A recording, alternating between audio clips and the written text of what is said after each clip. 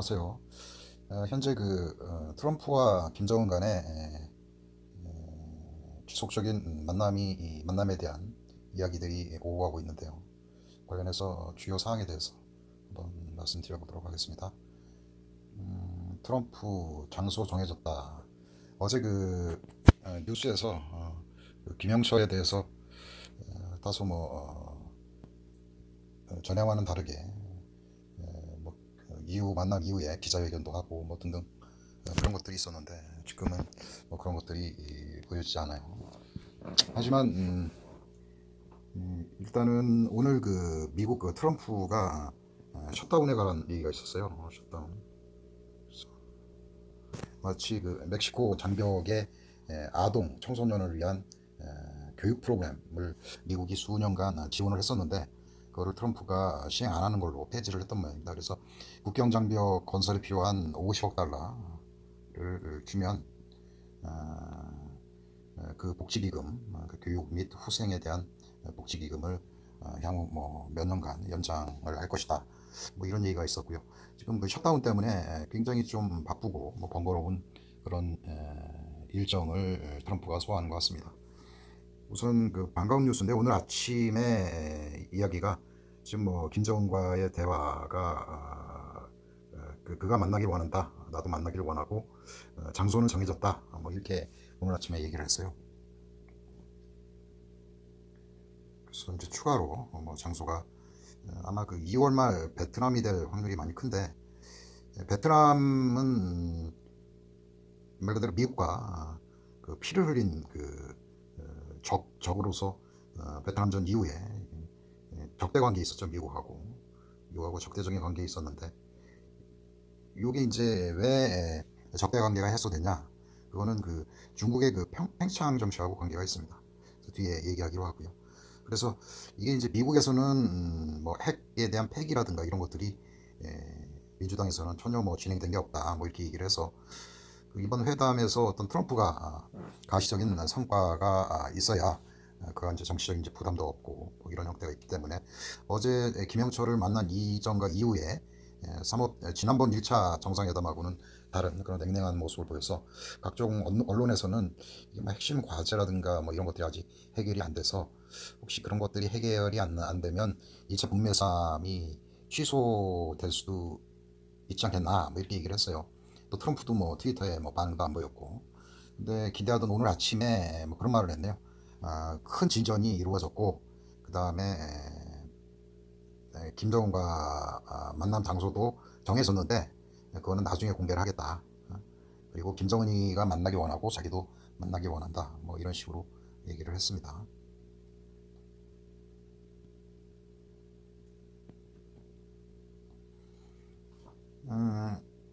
이제 중요한 거는 무엇을 주고 무엇을 얻는가에 대한 부분인데 김정은이는 검증 가능한 핵시설 폐기를 미국에서는 지속적으로 요구를 하고 김정은이는 대북제재 해제와 이제 종전선언을 계속 얘기를 하는데 여의치가 않아서 지금 1차 정상회담 싱가포르 회의 후에 지금 답보 상태로 있습니다.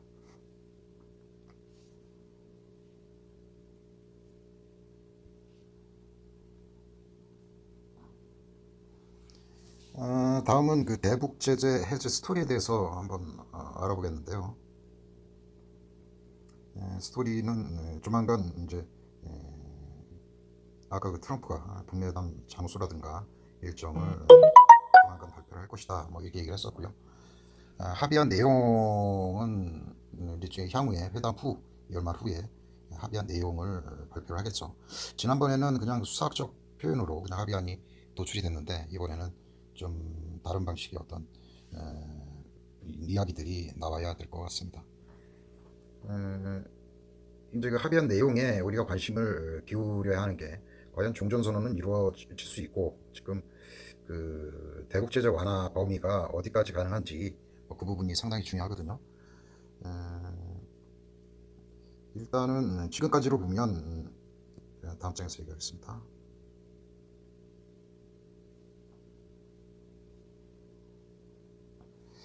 자, 트럼프의 말인데요. 일단 회담은 트럼프 잘 진행되고 있고 그 다음에 장소는 정해졌다. 나중에 발표하겠다. 이걸 오늘 새벽에 말을 했습니다.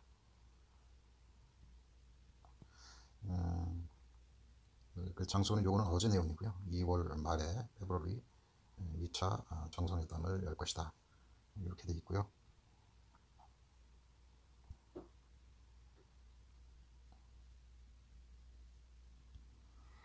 지금 그 베트남으로 지속적으로 그 2차 북미회담 장소로 베트남이 거론이 되고 있는데요. 베트남의 의미는 어떤 그러니까 그 베트남이 현재 중국과 국경을 마주보면서 거의 뭐 적대적인 관계를 지속적으로 유지하고 있죠.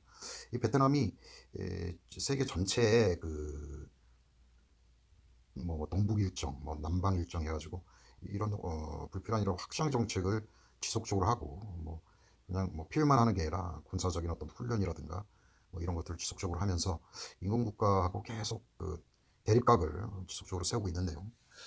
이런 관계로 베트남은 지금 중국하고 거의 뭐 미국이 그동안에 베트남이 생각할 때 미국이 적이었는데 지금 중국이 적이에요. 그래서 둘 사이가 상당히 안 좋습니다. 근데 의미는 베트남과 미국과의 수교 이후에 베트남이 중국 이외에 미국을 선택을 해서 지금 엄청난 발전을 했다. 그래서 가령 북미 회담 장소로 베트남이 정해진다고 하면 미국에서도 노림수가 있고 북한에서도 지금 로드맵이 아무것도 없잖아요. 그러니까 베트남과 미국과의 어떤 수교와 경제협력 로드맵 지금 뭐 군사 분야까지 확대가 돼 있어요. 그래서 그런 의도가 있는 것 같고요. 지금 근데 북한도 이런 베트남 선례에서 뭐 중요한 경제 개방과 협력 발전 분야에 베트남을 로드맵으로 활용할 수 있어서 좋은 것 같고요. 일단 그 김정은이가 그 시진핑을 김영철이가 워싱턴 가기 전에 김정은이가 시진핑을 만났죠.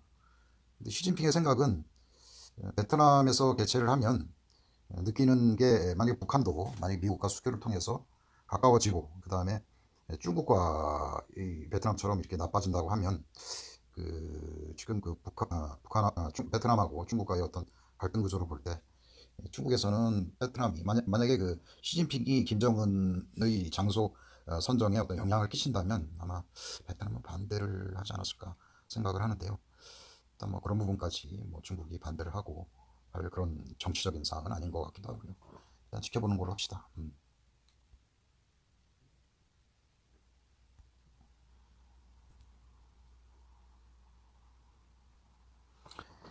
다음은 이번 2월 말에 북한이 김정은과 트럼프 간의 만남에서 과연 어떤 것을 얻어낼 수 있는지 그 분야를 한번 보겠습니다. 일단은 그 베트남하고 미국하고 볼 때 일단 이게 그 각종 제재 완화라든가 뭐 이런 것들은 미국에서도 상원을 통과를 해야 되는 모양이에요. 베트남에서도 그 당시 양 국가 정상이 만남 후에 그 당시에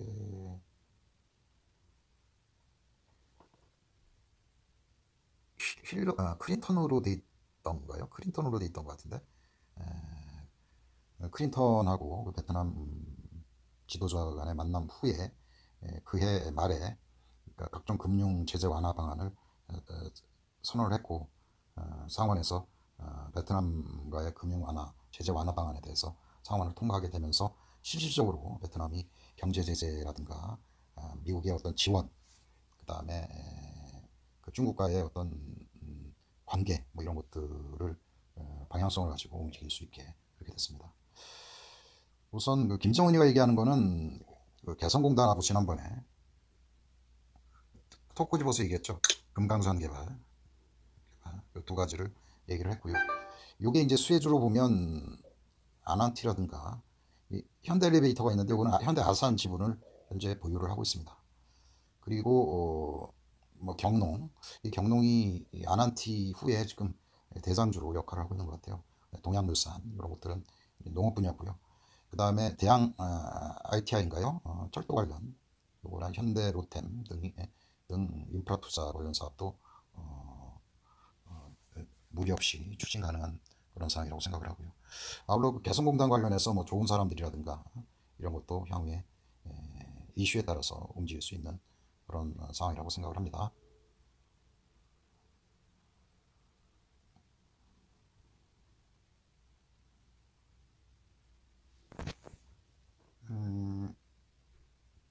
여기서 한 가지 지금 이렇게 있거든요. 이게 이제 이런 거 테마주는 뉴스에 팔아라 이런 얘기가 있어요. 소문에 사서 지금은 뉴스가 나왔나요? 뉴스가 아직 안 나왔죠. 지금은 소문만 무성한 그런 단계고요. 이 뉴스는 아까 처음에 얘기했다시피 개최 장소랑 날짜가 나오는 걸 뉴스라고 합니다.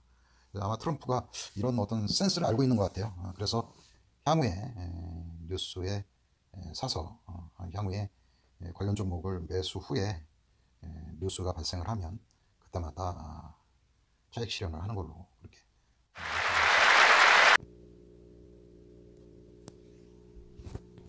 아난티 경농에 대해서 한번 알아보도록 하겠습니다. 이 당시에 요거는 주봉으로 분석을 했습니다. 주봉이고 주봉에 여기 이제 4일선 여기 20일 그러니까 주봉의 4일 여기 21선이거든요. 그래서 지속적으로 21선을 유지를 하면서 상승을 연재하고 있습니다. 하고 초창기에 강력한 에너지가 들어갔고 그 다음에 2차 에너지가 지지난주에 발생을 했습니다. 지금 상대적으로 지난번 때 조정 시에 거래량이 없었고 추가로 지난주에도 거래량이 많이 발생을 안 했습니다. 그래서 이 경우에는 저점을 21선에 닿을 때 매수를 하고 그 다음에 지속적으로 보유를 하는 게 맞다고 생각을 하고요. 요게 그 에너지가 일부 응축이 됐죠. 흘러내리는 걸 막는 봉이 나타났고 그 후에 지난번처럼 거래량이 적은 음봉이 발생을 했습니다. 이게 지금 다음 주에는 그 전 사례에서 보면 강력하게 에너지가 들어간 다음에 한 주를 음봉을 발생을 했고 다음에 거래량이 적은 양봉이 발생했죠. 혹시 이런 양봉의 형태가 다음 주에 진행되지 않나 생각을 한번 해보고요. 그 다음에 경농에 대해서 한번 알아볼게요. 경농은 지난주에 갑자기 뜬금없이 급등을 했죠. 급등을 했고 일단 보면 요게 양봉의 거래량이 발생을 했어요. 거래량이 발생을 했고 그 다음에 쭉 거래량이 없었다가 지난주에 거래량이 폭발을 했습니다. 요 고점 그러니까 요 고점을 이탈하지 않으면 추가로 이탈하지 않으면 급하게 매도해야 될 이유는 없습니다. 오히려 이런 봉이 발생을 하면 이 봉의 절반 가격대가 훼손이 안 되면 매수의 방향으로 가담을 해도 지장은 없고요. 이때 기관이 최근에 매수를 많이 했군요. 여기 외국인도 매수를 지속적으로 하고 있고 개인은 반대적으로 팔고 그 다음에 기관 매수로 이런 식의 상승봉이 발생을 했습니다.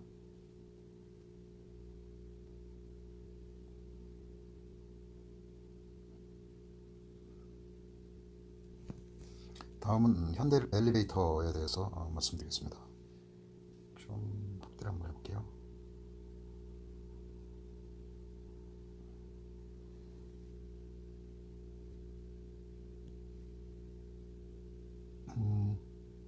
이거는 다 좋은데 이때 그러니까 정배열에 진입을 해서 현대 엘리베이터는 상승 중에 있습니다. 단 한 가지 여기 직전 고점이 한 15만 원대거든요. 그래서 15만 원대까지는 보유 및 차익 실현을 차익 실현으로 가고요. 그 다음에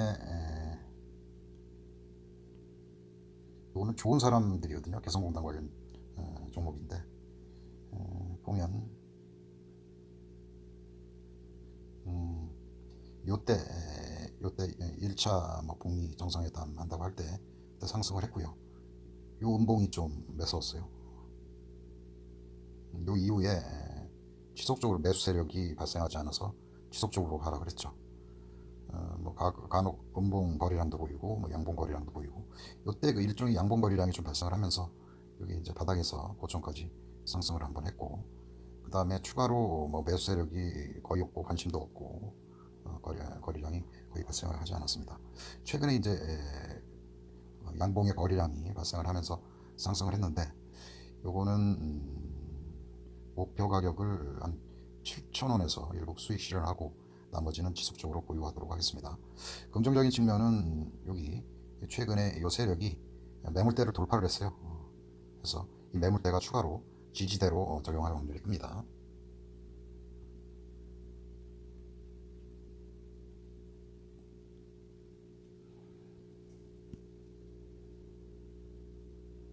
다음은 특수건설하고 대하TI에 대해서 알아보겠습니다.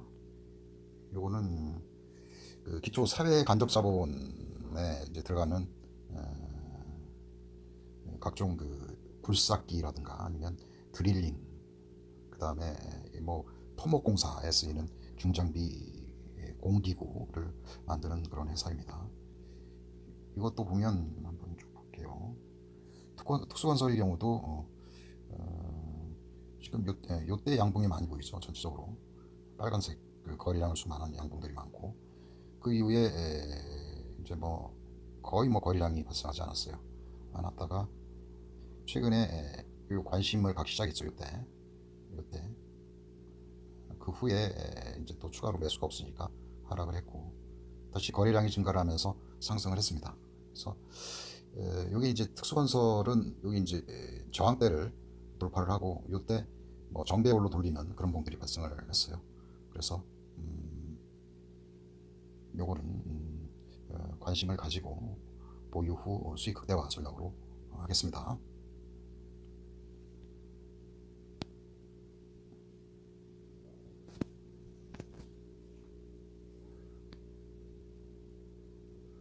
다음은 한동안 그 철도 대장주 역할을 했죠.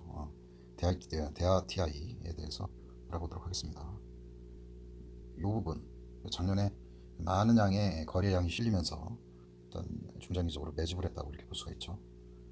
그 후에 듬성듬성 추가 매수 세력들이 발생을 했고 이제 다시 쌍봉 형태로 진행이 됐습니다. 그 후에는 요봉이 이제 음봉 거래량이 실리면서 계속 영향을 미치다가 여기까지 요때 거래량이 좀 생겼죠. 관심을 갖고 상승을 유지하다가 이게 이제 경험상 요 세력이 이제 매도를 했어요. 왜냐면 전고점이라는 그런 의미 때문에 그러다가 최근에 소폭 매수에 참여를 했어요. 다시 세력이 그래서 여기 그 요때가 매물대거든요. 그래서 매물대를 각종 이평선이 이렇게 깔고 앉는 그런 구조로 되어 있습니다. 그래서 거래량이 발생하면서 상승 시에 12,000원, 13,000원까지 는 상승하지 않을까 뭐 이렇게 생각을 합니다.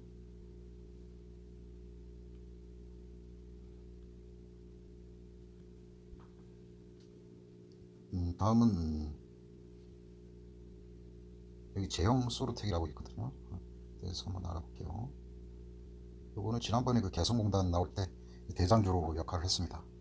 그래서 요때 매수한 세력이 굉장히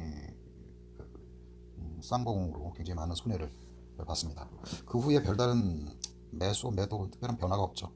그러니까 이제 추가로 요 사람들이 추가 매수를 안 하고 보유를 하고 있으니까 지속적인 하락을 했고요.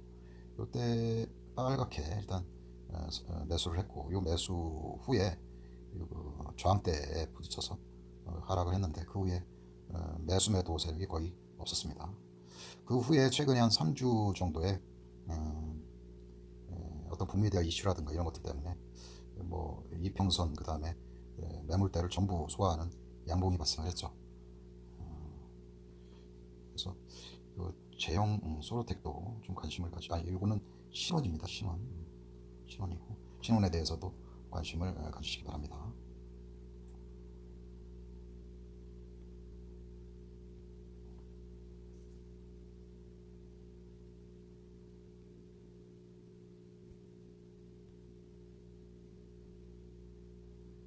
다음은 그 제형 소르텍에 대해서 한번 알아보도록 하겠습니다.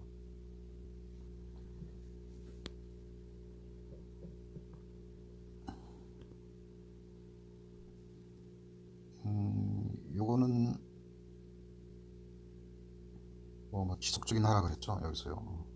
하락을 하다가 뭐 이때 거래량 발생해서 그 후에는 거의 매수 매도 거래량이 없어요. 없다가 최초로 관심을 보인 게 이때 매수 세력이 들어갔는데 바로 요 매도 세력, 요 세력 때문에 하락을 했죠. 하락을 했는데 아마 그 요 세력이 뭐 나가는 적은 거의 없는 것 같습니다. 거래량 적은 후에 다시 그 양봉의 거래량을 폭발을 시키면서 상승을 하고 있습니다. 대신에 요거는 이게 120선, 241선 사이 공간이거든요. 매물대가 좀 있을 수도 있고, 그러나 일단은 요때 들어간 세력, 그러니까 그 세력하고 추가로 들어간 요 세력들이 아마 이슈를 가지고, 북미에 대한 이슈를 가지고 추가로 상승을 진행할 확률이 큽니다. 추가로 가령 뭐 이런 식으로 뭐 횡보를 한다던가 뭐 할 때 저점 매수 후에 뉴스가 발생할 뭐 2월 말까지는 보유 가능한 종목으로 되어 있습니다.